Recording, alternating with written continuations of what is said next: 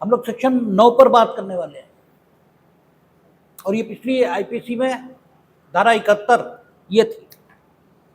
इसे शुरू करने से पहले सबसे पहली चीज एक समझ लें कि दोष सिद्ध हो जाना ये बिल्कुल अलग बात है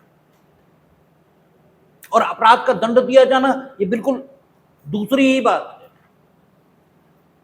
आप दोष सिद्ध होंगे प्रक्रिया विधियों के मुताबिक। आपकी दोष सिद्धि की प्रक्रिया और दोष सिद्धि का तथ्य, इन दोनों का निर्धारण हमेशा प्रक्रिया की विधि इससे होगा। और एक बार आप दोष सिद्ध हो गए, उसके बाद आपको क्या दंड दिया जाए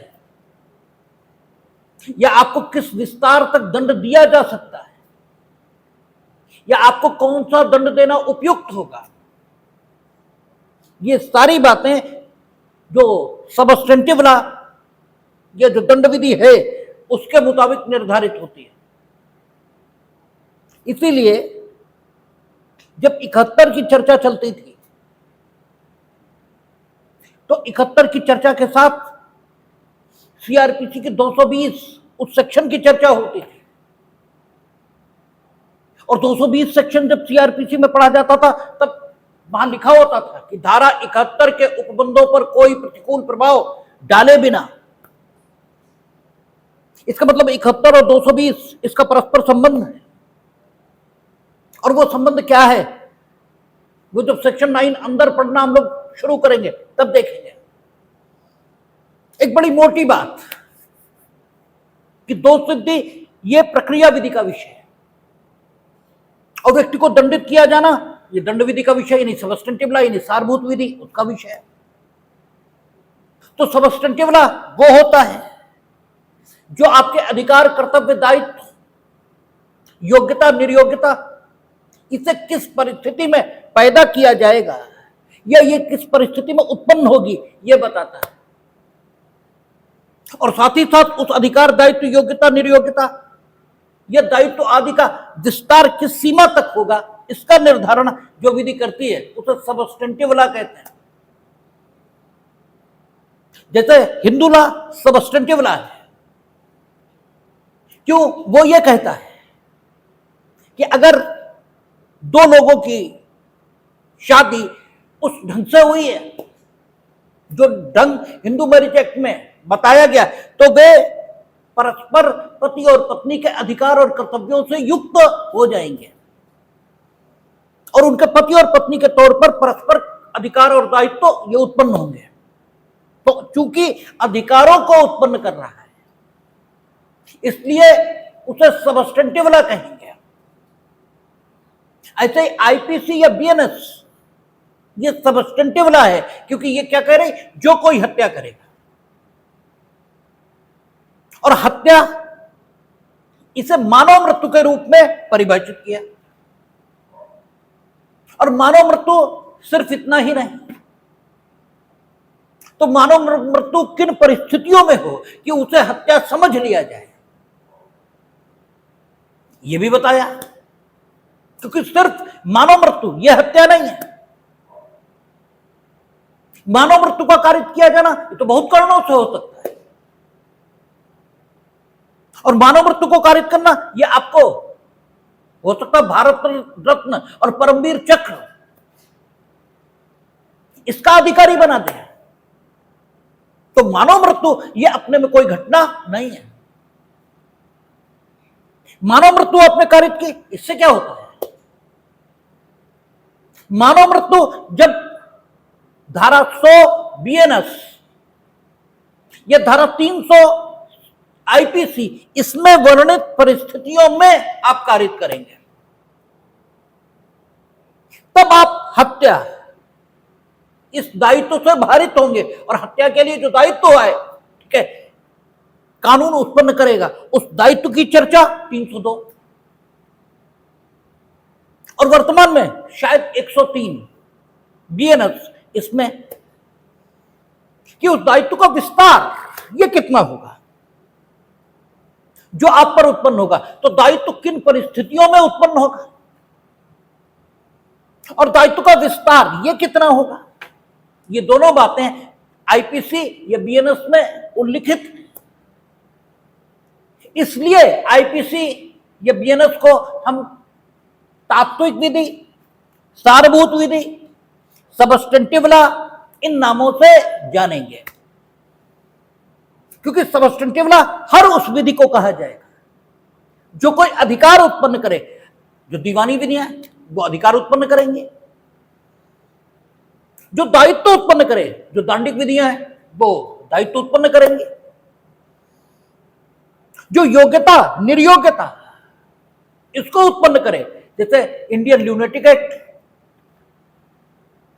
भारतीय पागलपन अधिनियम। भारतीय पागलपन अधिनियम में जो तरीका बताया है, जब उस तरीके से किसी व्यक्ति को विकृत चित्त ये घोषित करा लिया जाएगा तो उसमें निर्योग्यता ये पैदा हो जाएगी, फिर वो बहुत सारे कामों को करने के निर्योग्य ये हो जाएगा। कानून का कुछ अतिरिक्त संरक्षण ये भी उसे मिलेगा जो आपको नहीं मिलेगा, लेकिन उसे मिलना शुरू हो जाएगा तो निर्योग्यता पैदा होगी। पीपुल्स रिप्रेजेंटेशन एक्ट, आप एक निश्चित आयु को प्राप्त करेंगे और उसमें वर्णित शर्तों को पूरा करेंगे, आप में मतदाता होने की योग्यता यह पैदा हो जाएगी। और ये चूंकि ऐसी विधियां हैं जो योग्यता निर्योग्यता अधिकार या दायित्व इसको उत्पन्न कर रही, इसलिए इनको सारभूत विधि कहा जाएगा, इनको सबस्टेंटिव लॉ कहते हैं। और दूसरे प्रकार के कानून है, क्योंकि कोई भी काम कोई हो, एक यह बताया जाता है कि इस काम को करने का दायित्व यदि आप पर है तो इस काम का किया जाना आपको क्या क्या करने के लिए अधिकृत करता है, यानी काम के भाग रूप आप क्या क्या करेंगे, यानी काम को डिफाइन किया जाता है कि आप पूजा करेंगे तो पूजा करेंगे यानी क्या करेंगे, काम डिफाइन होते हैं। ठीक है, तो एक तो काम की व्याख्या हुई, फिर जिन कामों को करने के लिए आपको अधिकृत किया गया उन्हें किस तरह करेंगे आप, प्रक्रिया क्या होगी उन्हें करने की। ठीक है, यह भी बताया ही जाता है। तो कोई काम हो उसे करने के लिए दो प्रकार की विधियों की जरूरत होती है। ठीक है, एक जो ये बताए कि काम आखिर है क्या और काम करने पर आपको क्या प्राप्त होगा, और दूसरा जो काम करने का तरीका इसको निर्धारित करे, यानी सबस्टेंटिव लॉ और प्रोसीजर, इसके बिना कोई काम नहीं हो सकता। तो न्याय निर्णयन का काम यह भी इन दोनों के बिना नहीं हो सकता। इसलिए न्याय निर्णयन जिस एजेंसी को करना है, जिसे हम न्यायालय के नाम से जानते हैं, उसके काम करने के लिए दो प्रकार की विधियां ये निर्मित होती हैं। उनमें से एक को हम प्रक्रिया विधि इस नाम से जानते हैं और दूसरी को हम सारभूत विधि या सबस्टेंटिव लॉ इस नाम से जानते हैं। सबस्टेंटिव लॉ अधिकार दायित्व योग्यता निर्योग्यता इसकी न सिर्फ व्याख्या करता है बल्कि उन सिचुएशंस को भी वर्णित करता है जिनमें वे उत्पन्न होंगे, और साथ ही साथ उन दशाओं की चर्चा यह भी करता है जिसमें उस अधिकार दायित्व योग्यता अथवा निर्योग्यता के विस्तार में या तो वृद्धि होगी या कमी हो जाएगी। जैसे आपने जानबूझकर किसी की हत्या की, आप या तो आजीवन कारावास या मृत्युदंड।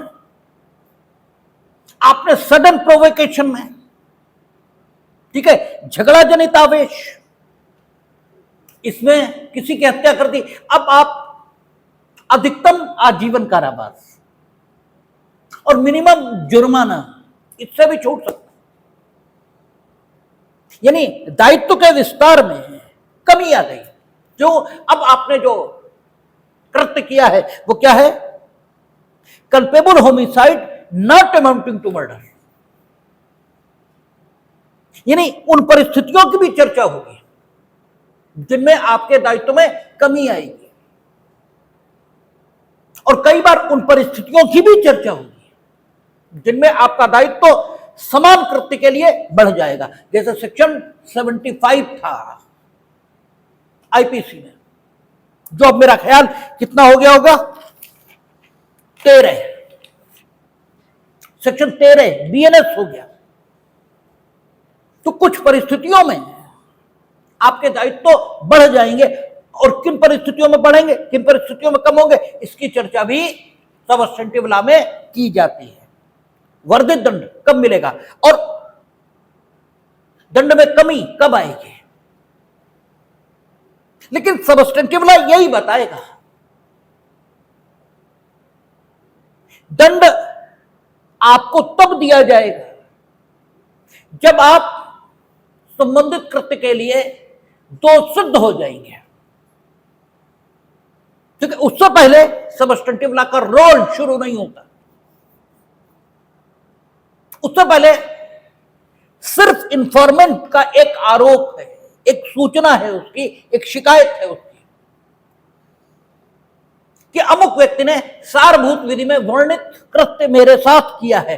यह सूचना झूठ भी हो सकती है, यह सूचना सच भी हो सकती है, और यदि किया है तो सबस्टेंटिव लॉ यह कहेगा कि अमुक दंड से दंडित किया जाए, अर्थात अमुक दायित्व से भारित किया जाए, क्योंकि दंड एक दायित्व है। इसे दायित्व क्यों कह रहे हैं? दायित्व हर उस बात को कहा जाएगा जिसके संबंध में आपको कोई विकल्प प्राप्ति नहीं है,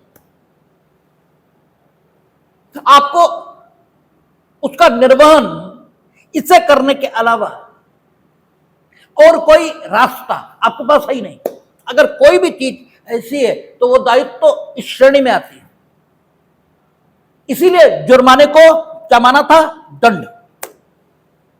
और चूंकि जुर्माना दंड है, माना नहीं था, क्योंकि बीएनएस या आईपीसी का सेक्शन कह रहा है कि जुर्माना दंड है, हमारे मानने से कुछ नहीं होता।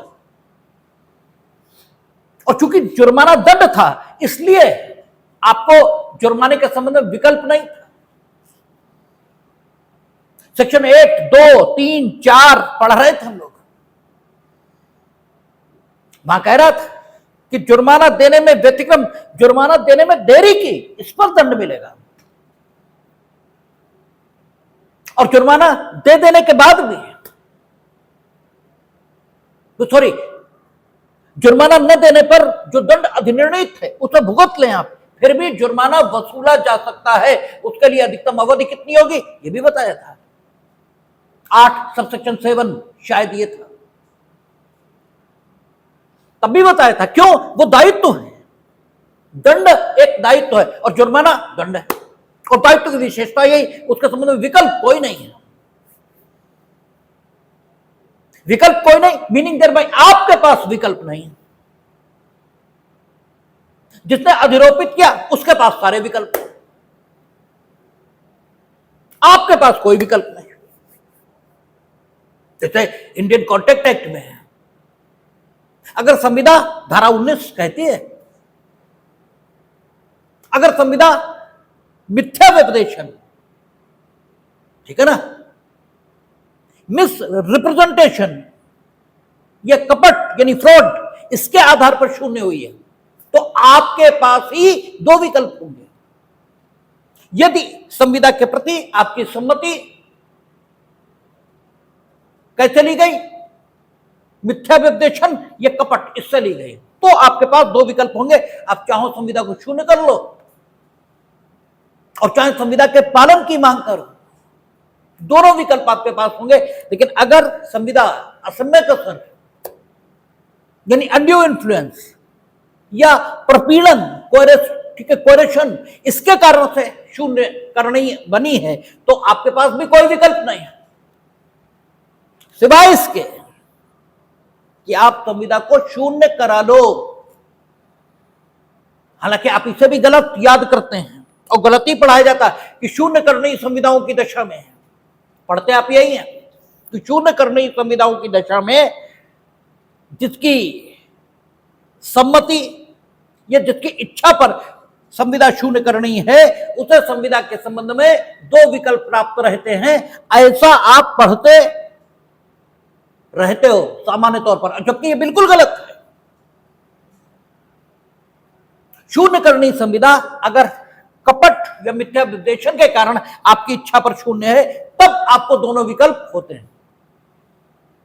अगर अन्य किसी ढंग से वो शून्य हो रही है तो आपको दोनों विकल्प होंगे, कतई जरूरी नहीं है। फिर संविदा अधिनियम स्वयं बताएगा कि आपको क्या विकल्प हासिल होंगे। लेकिन आपने तो ढर्रा पकड़ रखा है, बस एक बार चल गया मसला, बस उसी पर चलना है। तो चूंकि जुर्माना दंड है और दंड एक दायित्व है, और दायित्व के संबंध में आपको विकल्प हो नहीं सकते। जिसने दंड दिया है उसके पास सारे विकल्प होंगे, इसलिए जुर्माना भुगतने के लिए सिवाय आपके पास कोई विकल्प नहीं, आप भुगतेंगे ही। वो माफ करना चाहें तो उनके पास हक रहेगा। आप कारावास भी काट लें तो भी जुर्माना आपको देना पड़ेगा। धारा 70 या 8-7 बता रही थी कि कब तक आपसे जुर्माना वसूला जा सकता है। तो दंड यह हमेशा नियंत्रित होगा दंड विधि से। दंड विधि यानी सबस्टेंटिव लॉ से, और दंड आपको जिस दशा में दिया जा सकता है, यानी आपकी दोष सिद्धि है, वो प्रक्रिया विधि के द्वारा बताई गई प्रक्रिया इसी के मुताबिक की जाएगी। और जब उसके मुताबिक आपकी दोष सिद्धि हो जाएगी, तब प्रश्न यह उठेगा कि आपको कौन से दंड से दंडित किया जाए। और दंडित करने के लिए जो प्रोविजंस बनेंगे वे इस बात का ध्यान रखकर बनाए जाएंगे कि what ever you have done, उससे न तो कम और न ज्यादा आपको दंड मिले, क्योंकि ज्यादा दंड दिया जाना यह भी अन्याय है और कम दंड दिया जाना यह भी अन्याय है। अगर कम दंड दिया गया तो दंड अप्रभावी होगा, क्योंकि दंड की उदारता, दंड की जो कठोरता है, अगर वो नहीं है दंड में, या फिर दंड का विस्तार ये बहुत ज्यादा कम है, तो आप पर कोई असर नहीं आता। और अगर दंड असरदार नहीं है, दंड को असरदार होना ही चाहिए, अगर वो असरदार नहीं है तो आप पर कोई असर दंड देने का पड़ेगा ही नहीं। और फिर दंड विधि, इसका अस्तित्व हो न हो इसका कोई अर्थ रह ही नहीं जाएगा। इसे दंड को असरदार तो होना ही होगा, लेकिन दंड अगर अतिशय कठोर है तो ये व्यक्ति के मन में प्रतिहिंसा पैदा करता है कि हमने तो एक ही थप्पड़ मारा था, इनने तो मार 20 साल हमें जेल में रख दिया। ठीक है, या हमने 20 थप्पड़ मारे थे, ठीक है, और हर थप्पड़ के लिए 1 साल करके इनने हमें 20 साल जेल में रख दिया, इससे तो अच्छा मैंने मारी डालते। तब भी तो हो सकता है 14 साल ज्यादा हम जेल काटते। क्या अब तो समुचित सरकार में कुछ जुगाड़ी लग जाती, लघुकरण हो जाता दंड का, इससे तो अच्छा मैंने मारी डालते। ये दुष्प्रेरण व्यक्ति के मन में पैदा होगा अगर दंड अतिशय कठोर होगा। हमने कहा ना, शब्दों को मत देखिए, भाषा मजबूर है, भाषा विवश है, भाषा के पास संकल्पनाओं के लिए शब्द नहीं है। सिर्फ लगता है कि भाषा बड़ी समर्थ है और भाषा में बड़े शब्द हैं। स्थितियां ऐसी हैं कि उनके लिए कोई शब्द हो ही नहीं सकता। इसीलिए कबीर को कहना पड़ता है कि जब हरि, ठीक है, जब मैं था तब हरि नहीं, अब हरि है मैं ना है। लेकिन कहे किससे रहे हो? अब तो कोई है ही नहीं भाई, कबीर के सामने अब कोई नहीं है, क्योंकि पूरे संसार में उन्हें वही व्याप्त दिख रहा है जो उनमें है। तो जब सारे संसार में वही है जो उनमें है, तो दूसरा है कहां? और जब दूसरा है ही नहीं तो कहे किससे रहे हो? क्योंकि फिर तो निरर्थक है बात। बोलने के लिए दूसरा तो चाहिए। जब तक दूसरा है ही नहीं तो आप बोल किससे रहे हो? लेकिन मजबूरी है, चाहे ऐसे मजबूरी को समझ लो कि व्यक्ति जब बहुत खुश होता है, उसका मनचाहा मिल जाता है, तो कुछ नहीं होगा तो हिप हिप हुर्रे ही कहेगा, जिसका कोई मतलब नहीं। तो आप बताओ इन तीन शब्दों का क्या अर्थ है? हिप हिप हुर्रे, ये कौन से शब्द हुए? लेकिन व्यक्ति अगर अत्यधिक प्रसन्नता में है तो वो व्यक्त करेगा। अभिव्यक्ति के सिवा कोई रास्ता नहीं है। तो चाहे ऐसे मान लो कि कबीर को अपने जीवन का लक्ष्य मिला है, तो वो बोलेंगे तो जरूर, चाहे ऐसे मान लो, और चाहे ऐसे मान लो कि वो चूंकि महापुरुष हैं, उन्हें जो कुछ मिला है तो वो ये चाहते हैं इसका अनुभव, यद्यपि तुम हमसे अलग नहीं हो, लेकिन फिर भी तुम्हें अभी नहीं है तो तुम्हें भी हो जाए, इसलिए बोल रहे। ठीक है, जानते हैं दूसरा नहीं है, ठीक है, लेकिन फिर भी दूसरा मानकर बोल रहे। ठीक है, तो भाषा उस भाव को चूंकि व्यक्त ही नहीं कर सकती। जहां कबीर को पूरा संसार एक दिख रहा है, उस भाव को व्यक्त ही नहीं कर सकती भाषा। तो भाषा के पास शब्द बड़े कम हैं। भाषा हर चीज को व्यक्त नहीं कर सकती। और हमने तो आपसे कई बार कहा कि जरा सोच के देखो, जो कुछ मन में आ रहा है कितना व्यक्त, आप अधिकतम इतना ही तो कह सकते हो कि बहुत सुंदर है। अब ये बहुत सुंदर कितना सुंदर है तब भी नहीं आप बता सकते। ये केवल मन में अनुभव किया जा सकता है कि कितना सुंदर है। भाषा सुंदरता को व्यक्त कर ही नहीं सकती। ठीक है, तो अब सवाल ये है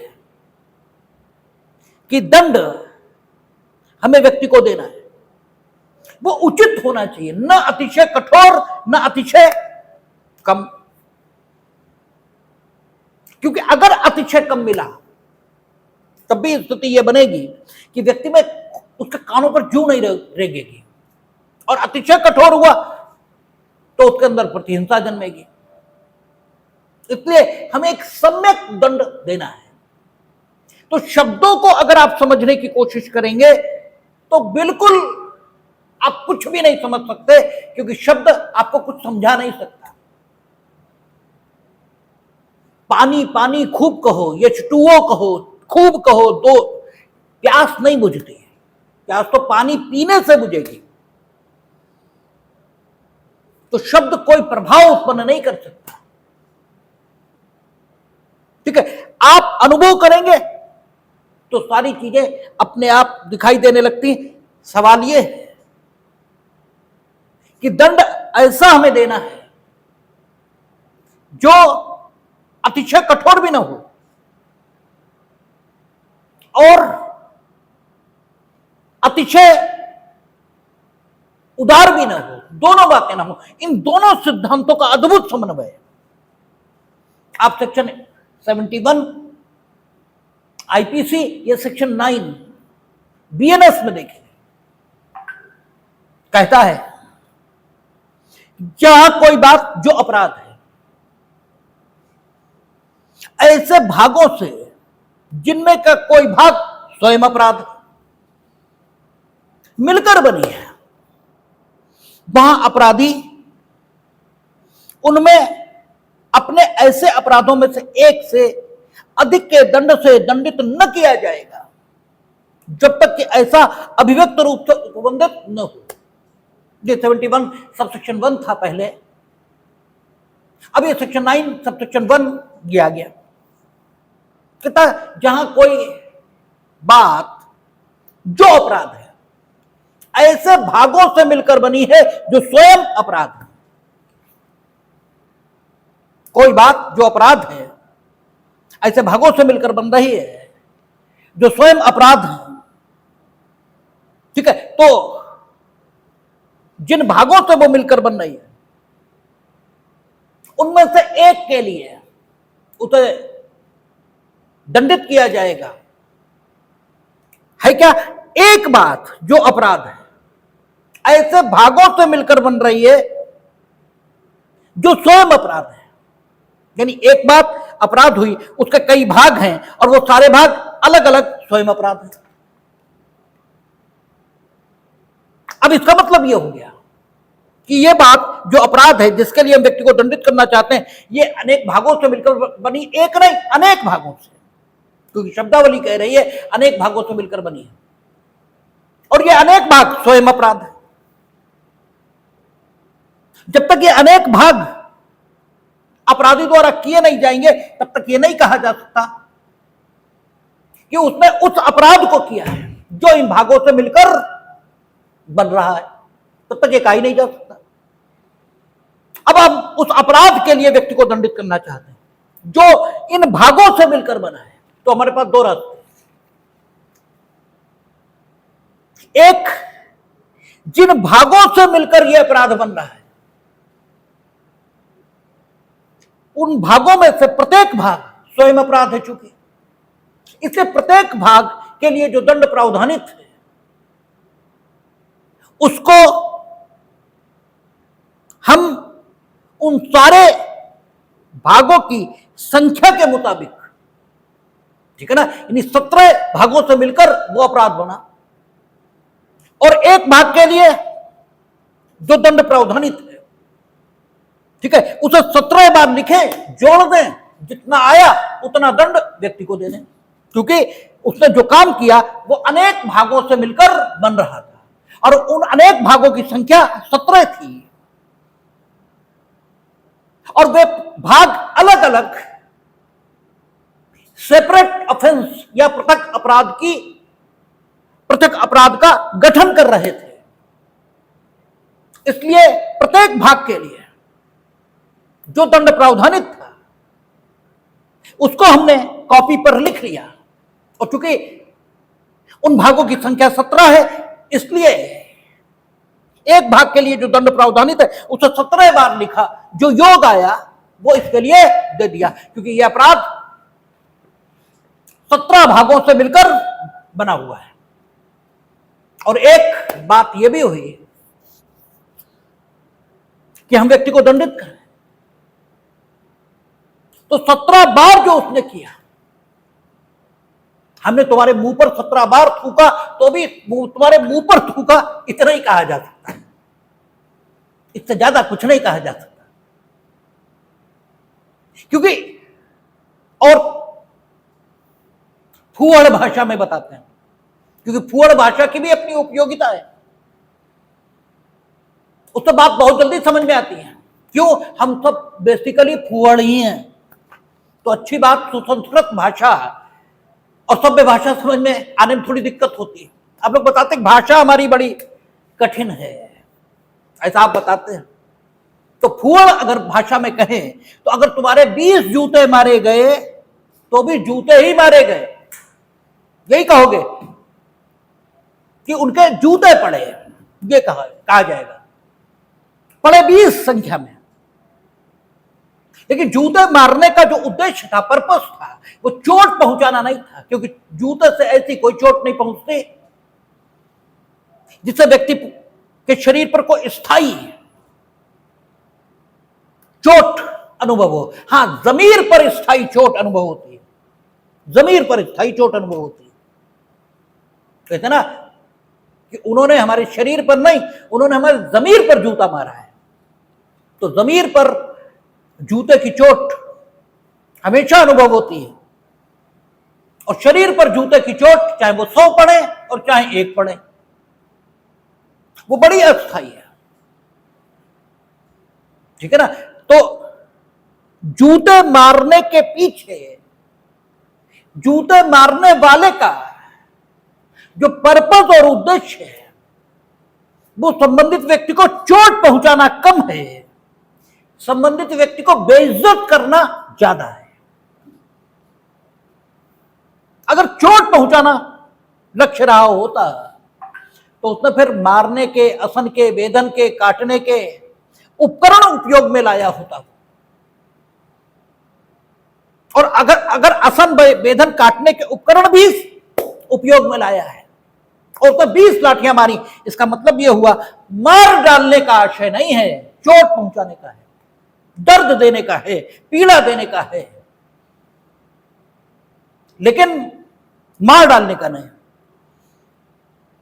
तो अगर किसी का पीड़ा देने का आशय है, तो पिछली आईपीसी में बात करेंगे क्योंकि वही सेक्शन हमें ध्यान है, तो 324 जितना 3 साल सजा थी बहुत।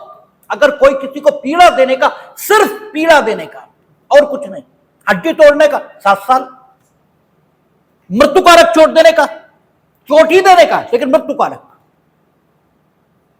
तब 326। और अगर शुरुआत से मार डालने का आशय तब 307। ठीक है, इंटेंशन के मुताबिक ग्रेविटी बदलती जाएगी। लेकिन अगर सिर्फ पीड़ा देने का आशय है तो फिर अगर 20 लाठियां भी मारी तो भी 3 साल सजा बहुत है। 20 मारी है तो भी क्या यही कहा जाएगा, उन्होंने लाठी मारी, उन्होंने लाठियों से मारा, यानी मारा, ये अपराध किया है, लाठी से मारने का अपराध किया है। और ये ऐसे भागों से मिलकर बन रहा है जिनमें से प्रत्येक स्वयं अपराध है। ठीक है, 20 लाठियां मारी ना, तो प्रत्येक लाठी मारना अलग अपराध है, पृथक अपराध है। लेकिन अगर 71 न हो, हटा दीजिए 71 को, ऐसे सोचिए नहीं है 71 सबसेक्शन 1 या सेक्शन 9 सबसेक्शन 1 नहीं है, ऐसे मानिए। अब क्या होगा?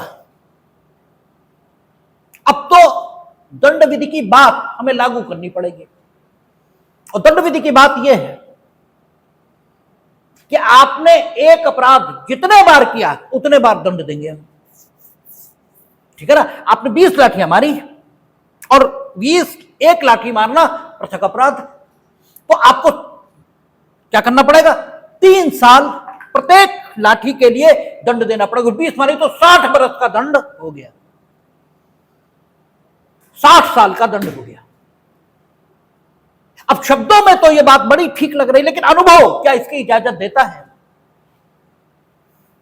हटा दीजिए 71 सबसेक्शन 1 को, हटा दीजिए सेक्शन 9 सबसेक्शन 1 को। कितना बड़ा अन्याय होगा व्यक्ति के साथ न्याय के नाम पर। इससे बड़ा अन्याय हो नहीं सकता, और वो भी न्याय के नाम पर। इसलिए सेक्शन 71 या सबसेक्शन 1, 71 सबसेक्शन 1 या 9 सबसेक्शन 1 की अपनी उपयोगिता है। अनुभव से जब देखेंगे किया क्या है, अरे मारा ही पीट तो की है यार, चोट ही तो पहुंचाई है। तो चोट पहुंचाने के लिए अगर किसी ने मारा और सिर्फ चोट पहुंची है तो 3 साल बहुत होते हैं जेल में। जरा खुद को 1 घंटे बंद करके देखो, अपनी इच्छा से नहीं, दूसरे की इच्छा से। अपनी इच्छा से तो हम ही कमरे में लेटे रहते हैं, 10-12 घंटे निकलते ही नहीं कमरे से। लेकिन 1 मिनट अपनी इच्छा के विपरीत कमरे में रह के देखो, 3 साल बहुत होते हैं। सिर्फ चोटी तो पहुंचाई है, और क्या किया? अब अगर 60 साल, तब आप उस व्यक्ति में प्रतिहिंसा पैदा कर दोगे, तो वो कहेगा इससे बढ़िया मार डाले, ज्यादा ठीक। 60 साल तो जिंदगी भी नहीं है। क्या होगा? 60 साल जब जेल में रहना है तो ये दंड विधि बजाय समाज में व्यवस्था, शांति लाने के, अशांति पैदा कर देगी। आपको हमेशा कानून जरूरत के मुताबिक पढ़ना चाहिए। ठीक है? आज वो नाग पंचमी है ना, तो किसी ने हम तो कोर्ट में कहा था कि जहर जिनके पास है उनका दिन है, तो हमारे मन में उससे तो हमने कुछ भी नहीं कहा कि जहर की क्या परिभाषा हो सकती है, डेफिनेशन क्या जहर की हो सकती है। कोई भी चीज जहर है और जहर भी जहर नहीं है, ये आपकी जरूरत है जो ये तय करेगी कि चीज आपके लिए जहर है या चीज आपके लिए अमृत है। इनफैक्ट अमृत और जहर आपकी जरूरत में है। आप हेपेटाइटिस के पेशेंट हो, चाहे बी के हो, चाहे सी के हो, चाहे किसी के, आपको घी पिलाएं, जहर है आपके लिए, मर जाओगे। और स्वस्थ मनुष्य के लिए सांप का जहर उसके लिए अमृत है, जिसे सांप ने काट लिया, तुम्हारे लिए जहर है। तो जरूरत जहर या अमृत का निर्धारण करती है। तो जरूरत यहां इस बात की है, सेक्शन 9 सबसेक्शन 1 जैसे प्रोविजन की जरूरत है। अगर यह नहीं होगा तो यही दंड विधि जिसे आप व्यवस्था बनाने के लिए लाए हो, यही अव्यवस्था पैदा कर देगी और यही इतने अपराधी पैदा कर देगी जितने आप कुछ ना करते, उसे दंडित भी ना करते, ऐसे ही छोड़ देते हैं, तो भी हो सकता अपनी मोरालिटी के नाते भी, क्योंकि सब लोग अपराध ही नहीं कर रहे हैं, तो शायद इतनी अव्यवस्था समाज में ना होती जितनी उन दशाओं में हो जाएगी अगर ये शिक्षण ना हो। अब मेरी बात दृष्टांत से ज्यादा स्पष्ट होगी। कहता है का या पर लाठी से 50 प्रहार करता है। 50 प्रहार उसने किए लाठी से। यहां हो सकता है, अब लाठी से 50 प्रहार करना यानी क्या किया उसने? मारपीट की है ना, और मारपीट करना अपराध है, और यह अपराध कई भागों से मिलकर बन रहा है, जिनमें से प्रत्येक भाग स्वयं अपराध है। प्रत्येक लाठी मारना अपराध है। अब अगर एक लाठी के लिए सजा 1 साल है, ठीक है, इस विषय पर विद्वानों में मतभेद है कि अगर लाठी से मारपीट की गई है तो 323 आनी चाहिए या 324 आनी चाहिए पुरानी आईपीसी के मुताबिक, क्योंकि 324 कहती है असन के, बेधन के, काटने के उपकरण। तो लाठी या डंडा न तो असन का उपकरण है, न बेधन का है, न काटने का है। असन माने घाव देना,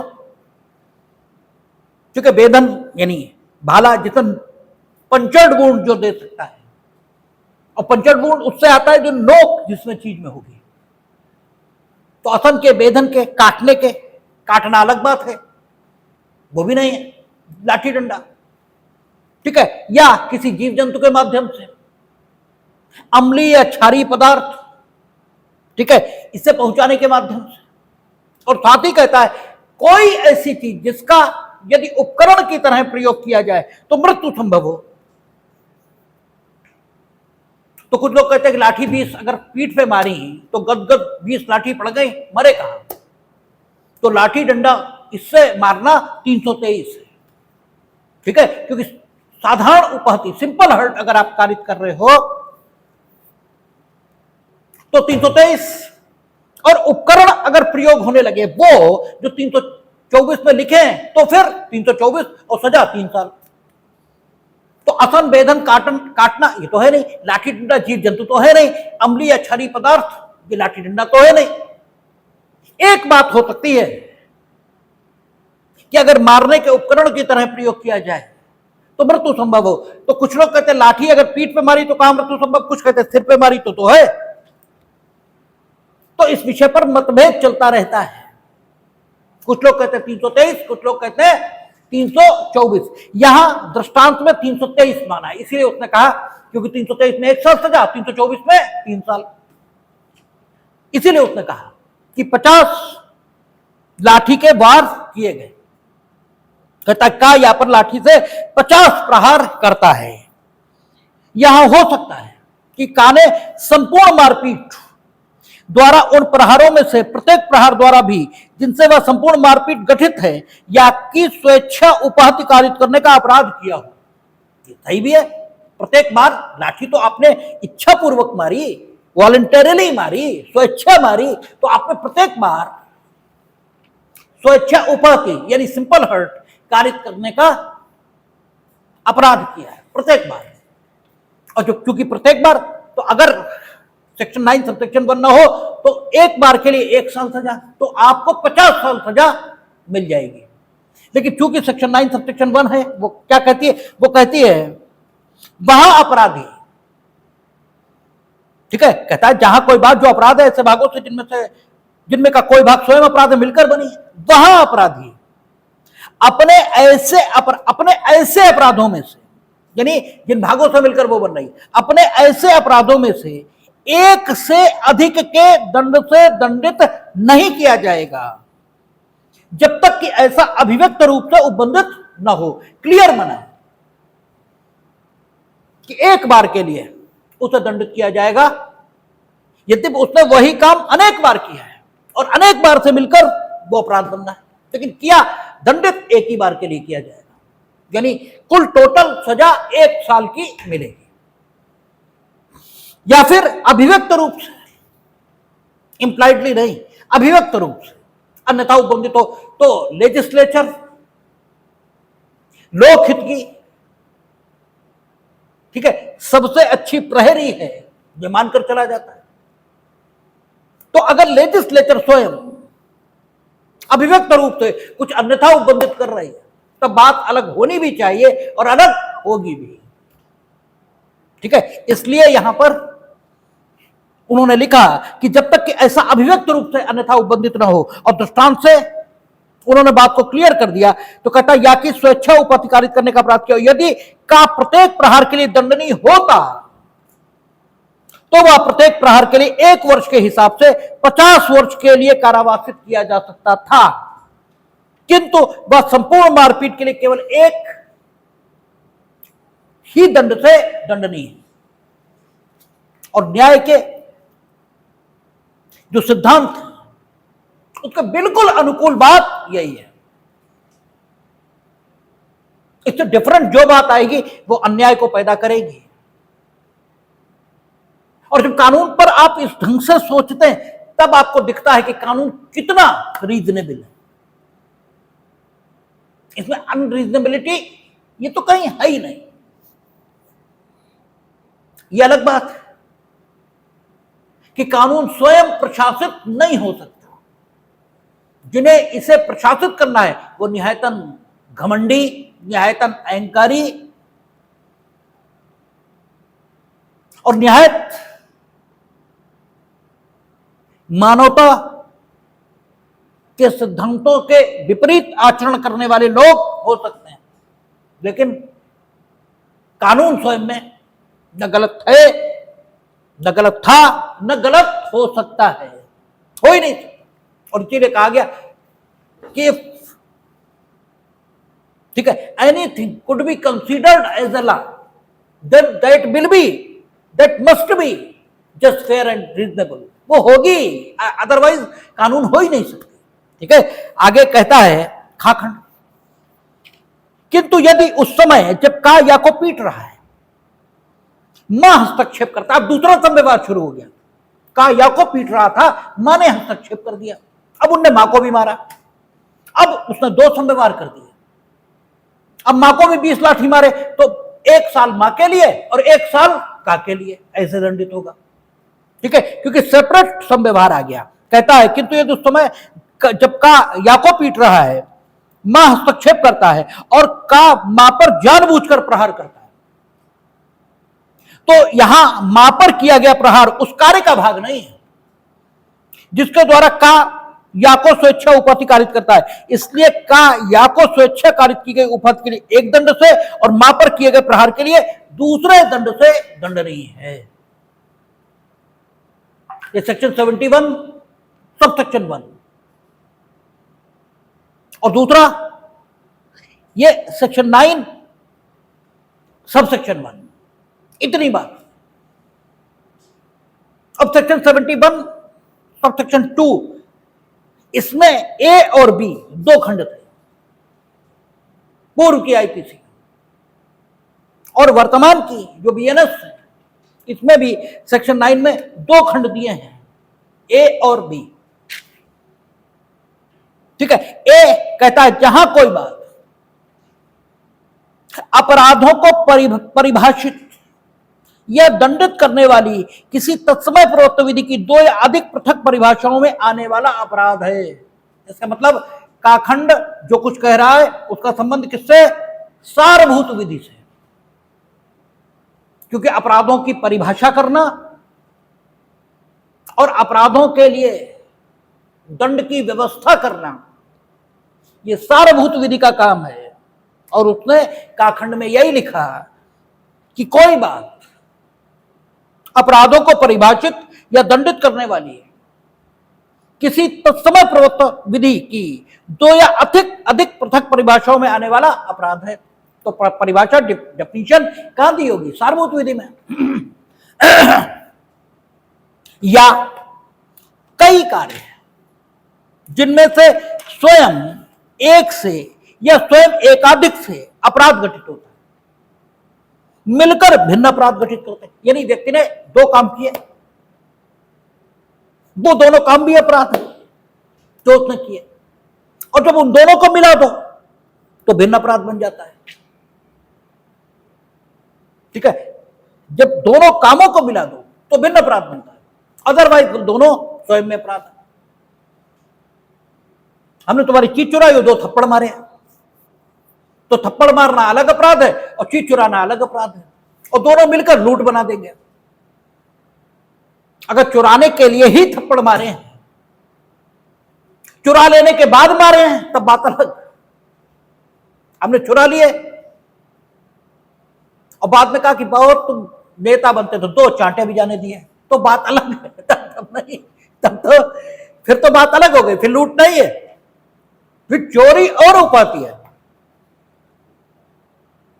और तुम चुराने नहीं दे रहे थे इसलिए दो चांटे मारे। ठीक है, अब लूट है। ठीक है, तो सवाल यह है, दो काम जो पृथक पृथक अपराध हैं मिलकर भिन्न अपराध का गठन करना। ठीक है, तो सेक्शन 9 सबसेक्शन 1 कहेगा वहां अपराधी को उससे गुरुतर दंड से दंडित न किया जाएगा जो ऐसे अपराधों में से किसी भी एक के लिए वह न्यायालय जो उसका विचारण करे उसे दे सकता है। अगर हम इसको इलेबरेट करना शुरू करें तो अब समय नहीं है, हम इलेबरेट नहीं कर सकते, इसलिए इसको इलेबरेट कल करेंगे, देखेंगे।